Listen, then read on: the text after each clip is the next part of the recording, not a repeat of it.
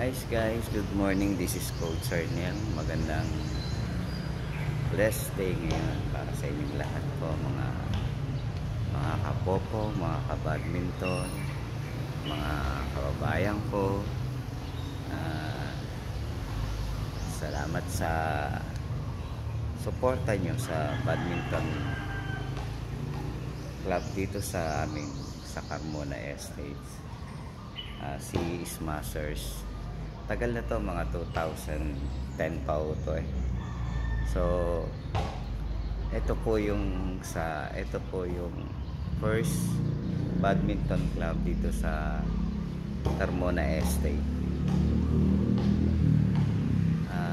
Marami na rin mga tao na naging member dito. Yung iba ay mga estudyante, iba mga residents po dito, yung mga pong nagmamahal sa badminton. Andiyan pa rin sila, hindi nga lang makapaglaro kasi mga busy na sila. Anyway, since 2010 pa to, at na-maintain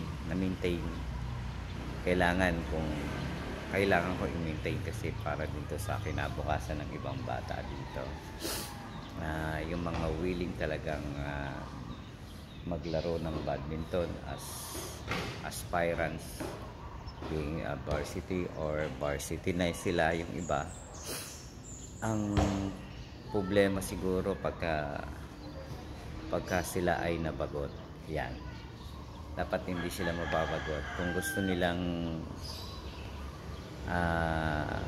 i-continue hanggang sa sila maging dalaga, binata, or magkaasawa sila, may pamana nila sa mga anak nila o sa mga kamag-anak nila yung kanilang kagalingan sa badminton.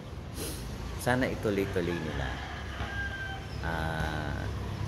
Hindi ko po sinasabing gayahin nyo ako, pero sana since 2010 pa to, 2024 na to, 14 years na to, mga kasi smasher, sana lumaon. At siyempre tumatanda tayo, hindi naman tayo laging magkasama, continue to yung si smashers. Meron sanang mga parents na mag-alaga sa club na to ng badminton sa Carmona Estate. Andito lang naman ako if ever na kanya lang tumatanda na tayo. Siyempre hindi na tayo medyo kasi edad talaga ay kalaban ng isang tao yan, kahit sa pag-iisip, sa katawan, but hanggat malakas si coach, yung talent ko i-share ko sa inyo.